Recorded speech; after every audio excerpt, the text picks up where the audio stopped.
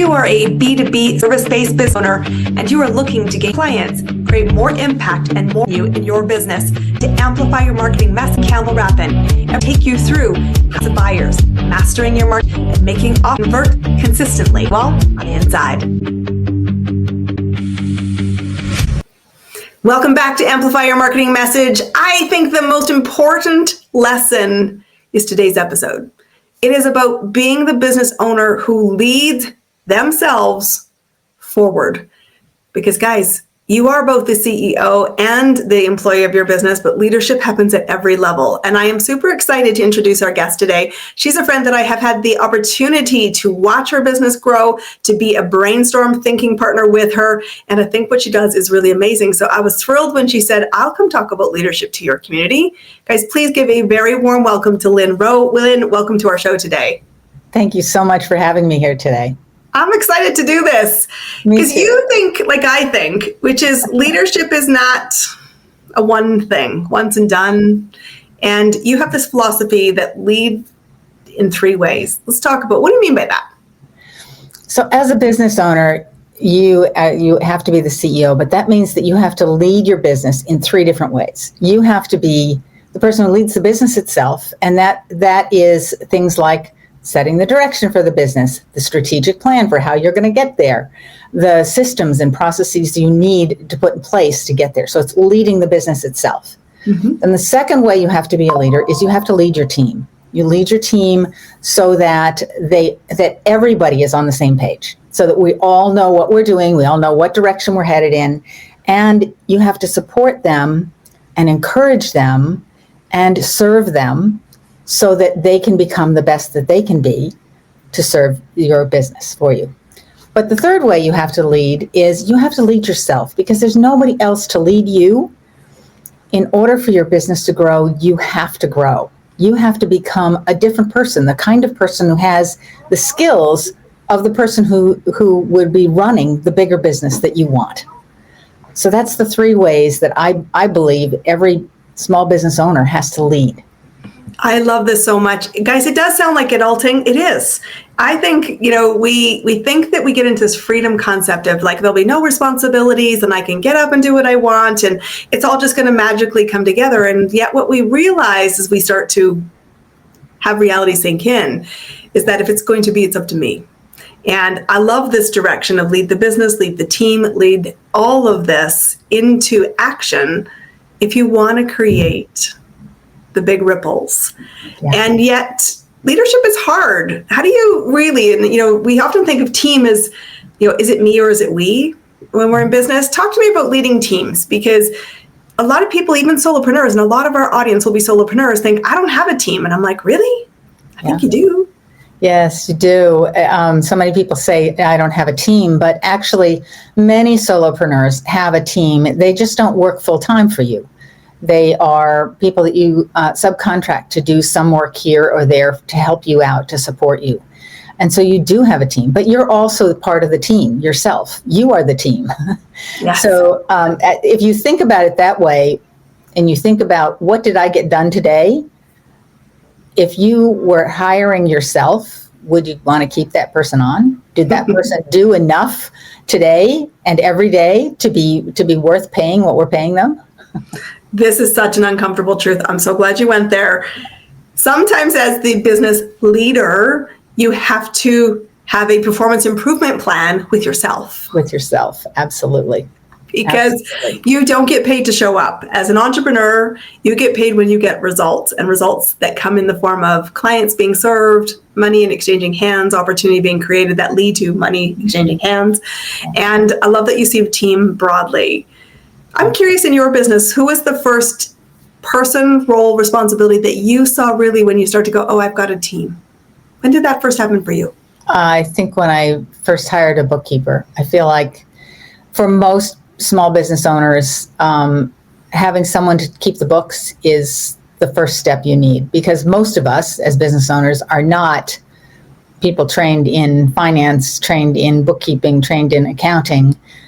We don't really know that area. And when we try to do it ourselves, so often I see my clients, they get so mixed up with what they've got. One client said to me, can you please take a look at my books, because I know I should have money, but I don't have money, right? And we did do a deep dive into his books, even though I'm not a bookkeeper, but I was able to look at his books and say, okay, first of all, you've got almost $100,000 out there waiting to be collected that you haven't collected. Right? So common. I've done all the work, but I'm scared to get invoiced and paid. Exactly. And then you've got this other business. You've got a lot of business, and he's still finding, and this was months ago, and he's still finding places where he's bleeding money because he's not charging for services that they're providing. So, and the same client actually also said to me, I haven't raised my prices in 7 years. Now, he's an IT professional, and, the cost of everything has gone up in 7 years, right? Yeah. He hasn't raised his prices. So he was wondering, why am I not making money? Because I was making money. Well, of course you were, but that was 7 years ago you were making money. Yeah. Today you're not. So, it's a lot of things that a bookkeeper can look at your books and say, yeah, this is a place where you're losing money. This is a place where you're bleeding money. And this is a place where you can very quickly find some of that money that you're missing, right? I think it's important you talk that is one of the first team members you personally brought on board. I think it was definitely early in my days as well. And for me, I'm a bit unusual because I could do the P&Ls. I could do that because of my education that came before my business, but I don't want to. No, I didn't want to. I could do it, but I don't want to. I could, and I probably make her crazy because, when I see the P&L and I'm like, why is there $6.70 in that journal entry? And she's like, really? I'm like, I know I shouldn't have anything in that category, but your financial people are part of your team. It's not just your virtual assistants, not just your tech stack. Your financial people, whether they be a bookkeeper, a CFA, a certified professional advisor, whether they are your tax people, they are your team. They're there to help guide your business with the support of the strategy and the vision and all of the action. And I love that you brought this to the table. So I want to make the point also that they're part of your team, but that doesn't mean you just let them do it and run with it and you never look at it. Yes. Because that's the other thing that happens. I see a lot of people say, well, I've got my bookkeeper doing that, but they never look to see, is the bookkeeper putting things in the right buckets? Or is my money going to the right places and in the right amounts? It's really a conversation you should be having at least once a month with your bookkeeper. Is everything going where it's supposed to be? Because if you wait and you don't do it every month, oh my God, it can be such a mess to try to fix, at the end of the year. 100%. What's interesting, even beyond that, is your leadership is not the same as abdicating. Right? So you can say, I hired somebody and I delegated this, but leadership doesn't disappear simply because you now have team. You said it when we started. You said a big part of this is leading team. It's setting the oversight, setting the standards, checking, yes, to a degree, the work, because at the end of the day, the buck stops with you because you're the leader of the organization. And your ultimate job is the survivability of the organization. And money is a very big role to play here. And if you're looking at your books at least once a month, you're able to see trends. This trend is starting to happen bad, or this trend is happening and that's good. And you can do more of the good and less of the bad, or you can stop the bad from bleeding before it becomes a really big deal. So that's another piece of it. Just looking at things and looking for the trends, because not everybody, as a CEO, that's part of your job, is seeing the trends. Where are we headed, and are we headed in the right direction? And not everyone, even your accountant and your bookkeeper, are trained to be looking at those kind of trends. No. And your ultimate job, and I think the CEO is an interesting mindset for solopreneurs or entrepreneurs in the emerging space, because many of us never, one, comfortably think about that hat or have really thought about what does a CEO do other than what we hear in the news, which is they get paid a lot of money. And I always say all the time, I don't want to be a CEO. That's why I don't want to be the CEO. And I say the CEO does have an amazing role to play. They hire the brightest people around them that they can justify their pricing around, and you get them to be the experts. You don't abdicate responsibility, but you hire smart people, and when they need support, you're the oversight. Right. You are the person still solving problems. You're looking for the patterns. You have that view that's a little further ahead than the day-to-day, Yeah. but you still manage and oversee the day-to-day. And whether you wanted to aspire to being a CEO, as a business owner, the buck You stops are. with you. Use whatever title you like. It's the same. Yeah, it is. You have to be the person who looks at it all. Yes. And that is both a beautiful gift and going, wow, who gave me all of the freedom? You Yeah. did. The day you said yes. Yes. So I want to talk about leading yourself, though, because this is sometimes the biggest challenge. It really is. It really is. And it's a lot of people try to do it totally on their own, and I don't recommend that. I think, finding groups, maybe mastermind groups, maybe a coach, finding other people who have been there and done that, or can start to look at you and your business from a different perspective is hugely helpful. And I really believe they need to be someone who's not in your industry, because it's relatively easy to find information about how other people in your industry are doing things. Because you go to an industry conference or whatever, you meet other people who do it, and you naturally have those conversations. But in order to be able to think outside the box and look at different possibilities, different options, you really need somebody else with a different perspective. So that's why I say, yes, you can think about it for yourself, and I think you should. You should absolutely be thinking, okay, if I want to get to this next step, what is the next thing I need to learn? So one of my clients said, okay, I've gotten really good with my sales. Next thing I really need to learn is marketing. I need to learn it well enough so that I can delegate it. Yes. Yes. Right? Well enough so that I can ask the right questions to the person that I'm delegating it to. And so I can oversee it and make sure they're doing what I'm intending to have done. Right. So yeah, it's that combination of what do I need to learn in order to get myself to the next level and to bring the business to the next level. It brings to mind this conversation. While you're leading yourself and while you're leading team and you're leading advocates and other people in your community, this is the question that's coming to my mind. The very thing is, who's leading you? And I think sometimes the misnomer of people at the leadership level is, I don't need somebody leading me. And I'm still saying what you loved, I loved it. Be independent. Have your own opinion. But when you don't know what you don't know, somebody does need to lead you. And I love that you think of this broadly, of somebody from a different industry that has a perspective that doesn't buy into the blind spots of your industry. Because just because it's done that way doesn't mean it will ensure survivability if all of you are falling off the same cliff. And yes, and often if you just follow what everybody else is doing, you are no longer unique, you're vanilla, right? So in order for you to start doing things a little differently to make you unique, you need to listen to other perspectives and then find the one that works best for you. That doesn't mean you blindly go off and do something else either, but maybe it's a combination of what some other industry is doing and what your industry is doing, and that's the best thing for you. So it takes a little figuring out, and it takes time to focus on it.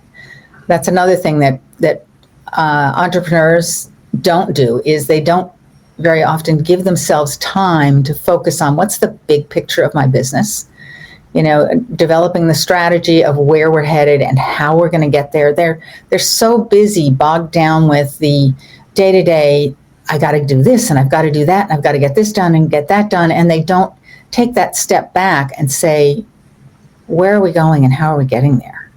And that's such a critical piece of leadership. Yeah. If you are not clear, your team doesn't have a hope in being clear. And I had a perspective that you had shared when we met recently, and it was not just clear on where you are today, but the business you want to be down the road, because that horizon piece is so important. And the leader, whether you're the CEO, owner, whatever title you'd like, is so important. But how did you learn the mistake or the potential risks of only managing who I was and who I am now? And how do we actually not fall trapped to that? So I came from a strategic planning background, corporate and not-for-profit. And when I first started this business, my daughter fell down some stairs and got a severe concussion at college. Yeah.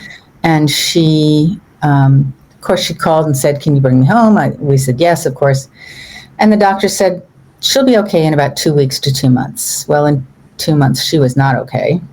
And then they said, well, 2 months, 2 years. And in 2 years, she was not okay. She was still bumping into walls. She couldn't walk without assistance. She was falling down.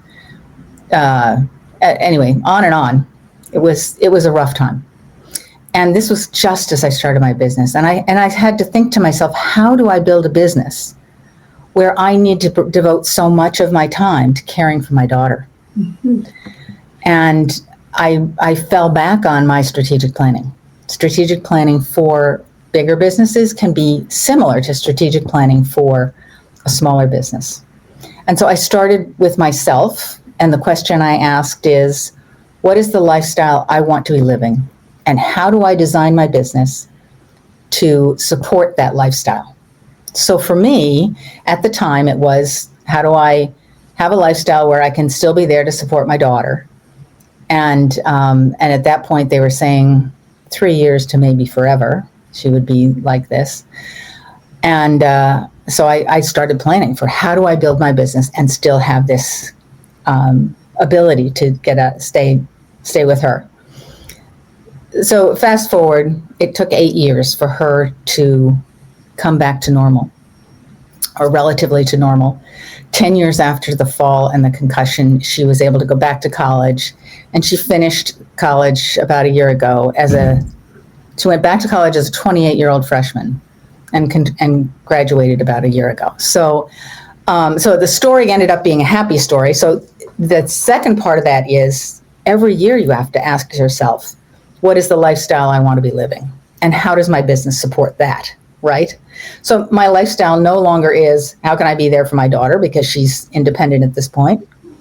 But it's other things, how can I have time now to travel? Other things that I want to do. So that's a place to start. And that's where I start with myself and with all of my clients. So heard, Lynne, how are you doing this? Taking care of your daughter and doing, and building a business at the same time. And they said, can you do that with me?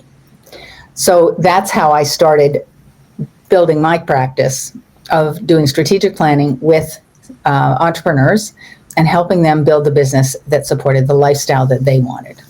I love this so much. And your goals will change, and your capabilities shift and ebb on lifing, because all of us, I'm so grateful it became a good story for your daughter. Yeah. That isn't always the case. The silver linings don't always arrive in the timelines and the ways we expect. And I think the biggest shift in your momentum comes from, what do I want it to be? And what investments do I need to make today? What support do I need today? What team do I need today to get me to that place? Because If your business implodes, if you need to step away, you have not structured a business, you've structured a job, and yet you don't have the benefits and safety of employment that maybe you would have in a corporate environment. And that's a high risk strategy. Yeah, it is. In my case, I probably couldn't have maintained a corporate job at all. Yes. Because I needed to spend so much time with my daughter, and I was able to do that. So that was one of the nice things about being an entrepreneur, is you can make your own time. You can. And you can lead yourself to create what you want. Yes. That's the ultimate freedom of entrepreneurship. Yes. I love to ask all of my, go ahead. Yeah, I was going to say, the more money you earn as an entrepreneur, the more options, the more freedom you have to do the things you want to do. Yes. So I always say to clients, don't stay at the really lean part of this equation. Right. I want you to accelerate past it so that you actually do create the freedoms, and you have the resources, and you have the fun factor. Yes. Of, what do I want now? Well, we want to go do this in our business. We have resources to do that. Yeah. And team and leadership around us that says, I'll step in. Exactly.